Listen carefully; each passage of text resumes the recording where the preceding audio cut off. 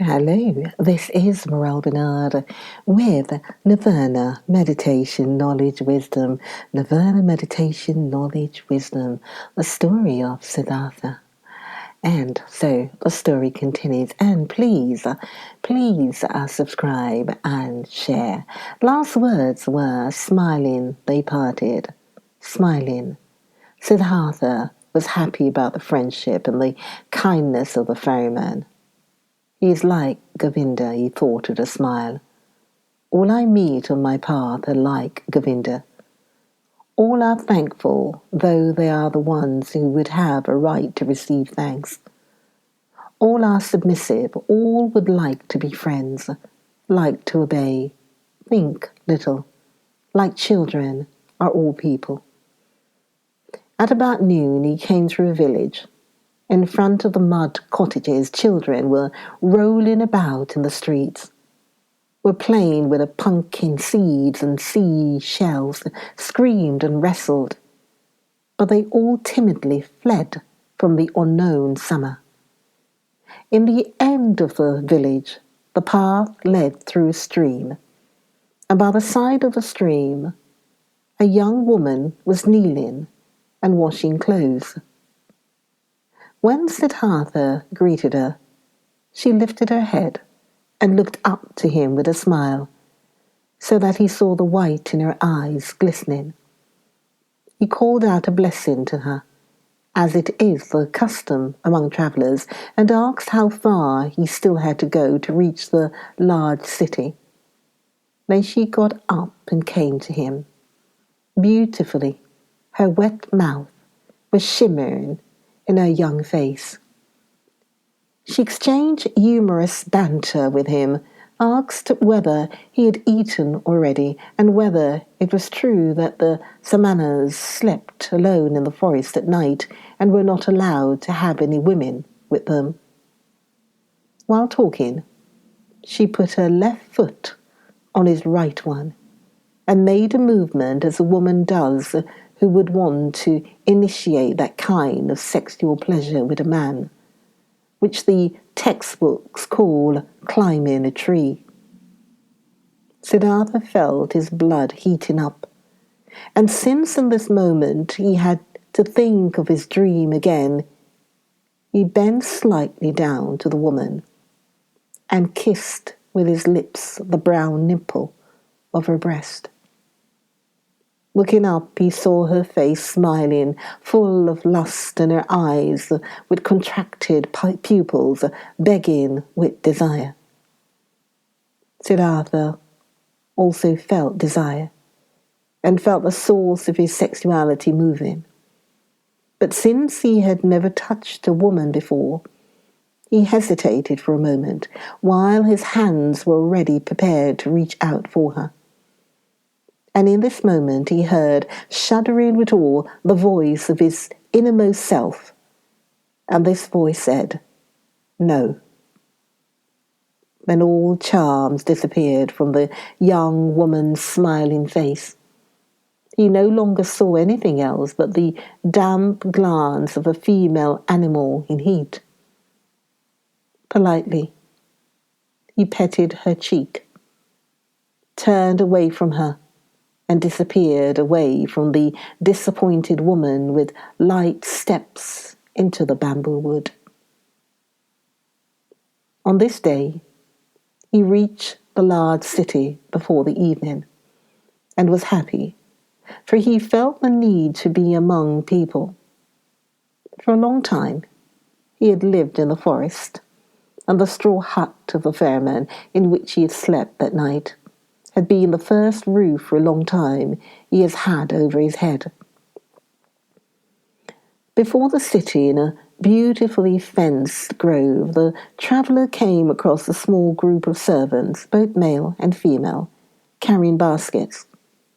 In their midst, carried by 4 servants in an ornamental sedan chair, sat a woman, the mistress, on her red pillars under a colourful canopy. Siddhartha stopped at the entrance to the pleasure garden and watched the parade. Saw the servants, the maids, the baskets, saw the sedan chair and saw the lady in it.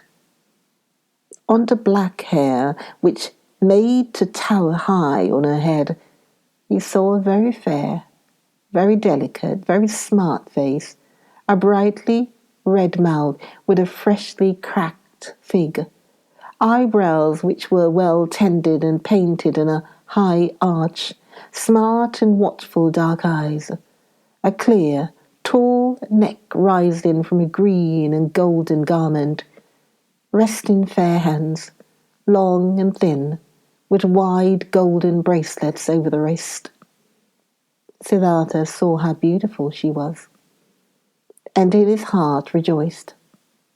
He bowed deeply when the sedan chair came closer, and straightening up again, he looked at the fair, charming face, read for a moment in the smart eyes with the high arcs above, breathed in a slight fragrance he did not know. With a smile, the beautiful woman nodded for a moment and disappeared into the grove, and then the servants as well. Thus, I'm entering the city, Siddhartha thought, with a charming omen. He instantly felt drawn into the grove, but he thought about it, and only now he became aware of how the servants and maid had looked at him at the entrance. How despicable, how distrustful, how rejecting.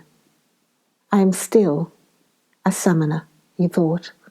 I am still an ascetic and beggar. I must not remain like this. I will not be able to enter the grove like this.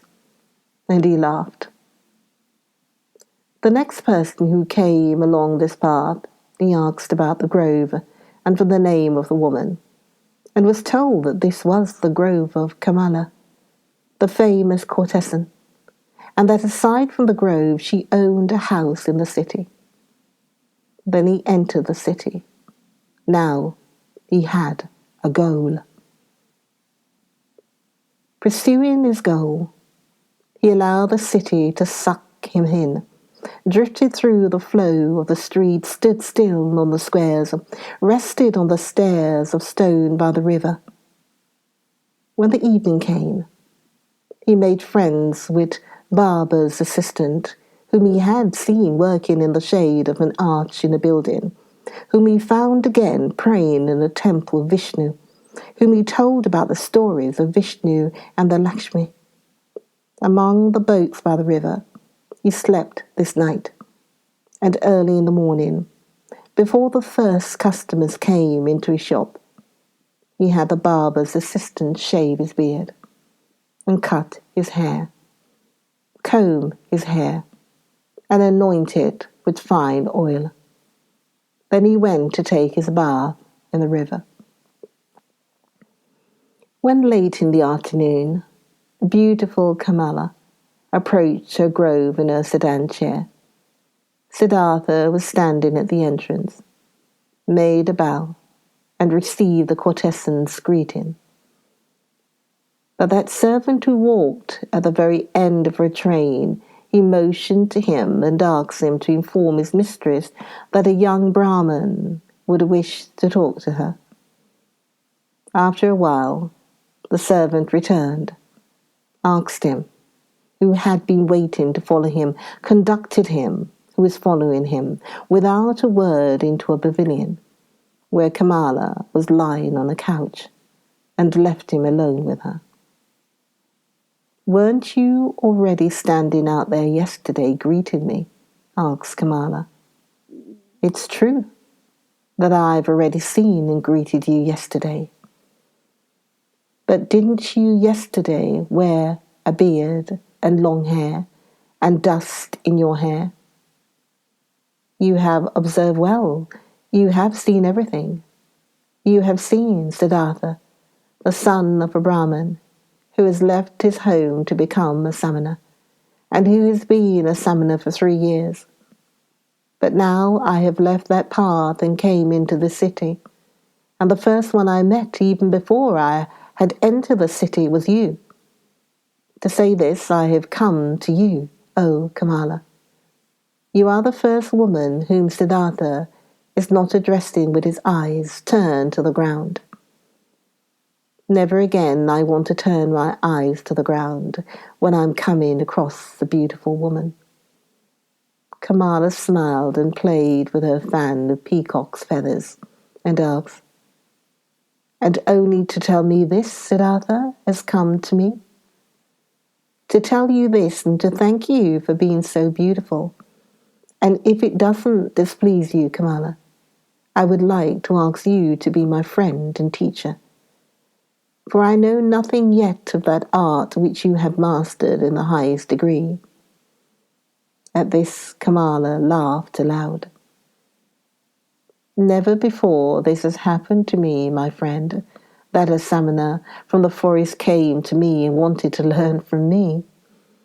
Never before this has happened to me that a samana came to me with long hair and an old torn loincloth. Many young men come to me, and there are also sons of Brahmins among them, but they come in beautiful clothes. They come in fine shoes.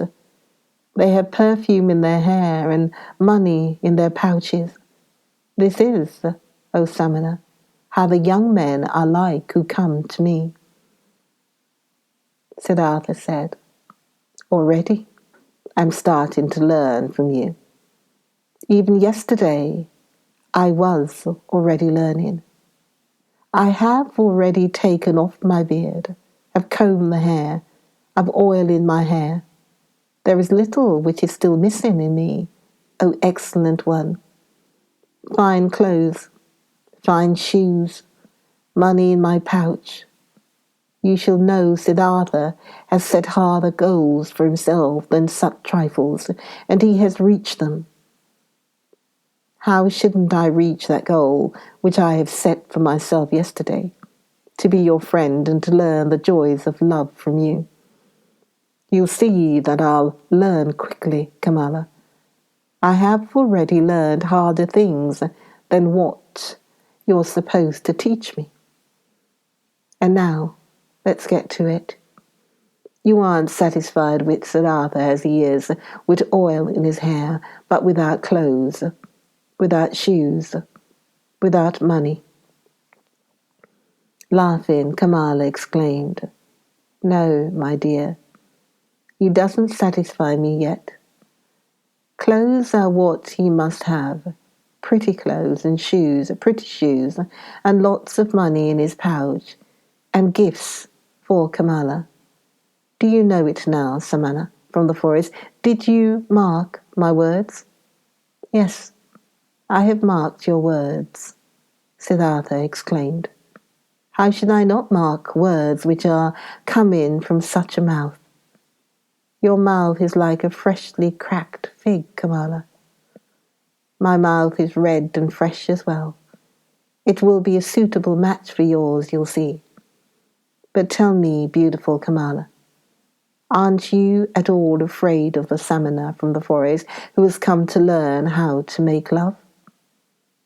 "Whatever for should I be afraid of a samana? A stupid samana from the forest, who is coming from the jackals and doesn't even know yet what women are? Oh, he's strong, the samana, and he isn't afraid of anything. He could force you, beautiful girl. He could kidnap you. He could hurt you. No, samana, I'm not afraid of this. Did any samana or Brahmin ever fear someone might come and grab him and steal his learning, and his religious devotion, and his depth of thought? No, for they are his very own, and he would only give away from those whatever he is willing to give, and to whomever he is willing to give. Like this it is, precisely like this it is also with Kamala and with the pleasures of love. Beautiful and red is Kamala's mouth, but just try to kiss it against Kamala's will, and you will not obtain a single drop of sweetness from it, which knows how to give so many sweet things. You are learning easily, Siddhartha, Thus you should also learn this. Love can be obtained by begging, buying, receiving it as a gift, finding it in the street, but it cannot be stolen. In this, you have come up with the wrong path. No, it would be a pity if a pretty young man like you would want to tackle it in such a wrong manner. Siddhartha bowed with a smile. It would be a pity, Kamala. You are so right. It would be such a great pity. No, I shall not lose a single drop of sweetness from your mouth, nor you from mine. So it is settled. Siddhartha will return. Once he'll have what he still lacks: clothes, shoes, money. But speak, lovely Kamala, couldn't you still give me one small advice? An advice? Why not? Who wouldn't like to give an advice to a poor, ignorant samana who is coming from the jackals of the forest? Dear Kamala, thus advise me where I should go to, that I'll find these 3 things most quickly. Friend, many would like to know this. You must do what you've learned and ask for money, clothes and shoes in return. There is no other way for a poor man to obtain money. What might you be able to do? I can think. I can wait. I can fast. Nothing else? Nothing. But yes, I can also write poetry. Would you like to give me a kiss for a poem? I would like to. If I'll like your poem, what would be its title? Siddhartha spoke after he had thought about it for a moment. These verses. Into a shady grove stepped the pretty Kamala. At the grove's entrance stood the brown Samana. Deeply seeing the lotus blossom, bow that man and smiling Kamala thanked. More lovely, thought the young man, than offerings for gods. More lovely is offering to pretty Kamala. Kamala loudly clapped her hands so that the golden bracelets clanged. Beautiful are your verses, O brown Samana, and truly, I'm losing nothing when I'm giving you a kiss for them. She beckoned him with her eyes. He tilted his head so that his face touched hers and placed his mouth on that mouth which was like a freshly cracked fig. For a long time, Kamala kissed him, and with a deep astonishment, Siddhartha felt how she taught him, how wise she was, how she controlled him, rejected him, lured him, and how after this first one there was to be a long, a well-ordered, well-tested sequence of kisses, every one different from the others. He was still to receive. Breathing deeply, he remained standing where he was, and was in this moment astonished like a child about the cornucopia of knowledge and things worth learning, which revealed itself before his eyes. Very beautiful are your verses, exclaimed Kamala. If I was rich, I would give you pieces of gold for them. But it will be difficult for you to earn thus much money with verses as you need. For you need a lot of money if you want to be Kamala's friend. The way you're able to kiss Kamala, stammered Siddhartha. Yes, this I'm able to do, Therefore I do not lack clothes, shoes, bracelets, and all beautiful things. But what will become of you? Aren't you able to do anything else but thinking, fasting, making poetry? I also know the sacrificial songs, said Siddhartha, but I do not want to sing them anymore. I also know magic spells, but I do not want to speak them anymore. I have read the scriptures. Stop, Kamala interrupted him. You're able to read and write. Certainly I can do this. Many people can do this. Most people can't. I also can't do it. It is very good that you're able to read and write very good. You will also still find use for the magic spells. In this moment, a maid came running in and whispered a message into her mistress's ear. There's a visitor for me, exclaimed Kamala. Hurry and get yourself away, Siddhartha.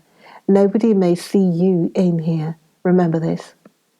Tomorrow, I'll see you again. But to the maid, she gave the order to give the pious Brahmin white upper garments. Without fully understanding what was happening to him, Siddhartha found himself being dragged away by the maid, brought into a garden house, avoiding the direct path, being given upper garments as a gift, led into the bushes and urgently admonished to get himself out of the grove as soon as possible without being seen. Contently, he did as he had been told.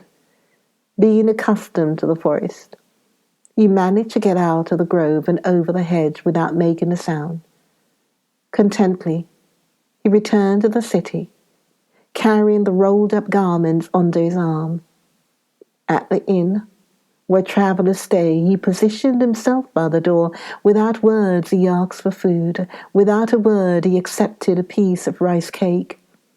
Perhaps as soon as tomorrow, he thought, I will ask no one for food anymore. You are listening to Nirvana, Meditation, Knowledge and Wisdom, the continuing story of Siddhartha. Please join me for the next video. Join me for the next video of Nirvana, Meditation, Knowledge and Wisdom with Siddhartha. Kissing.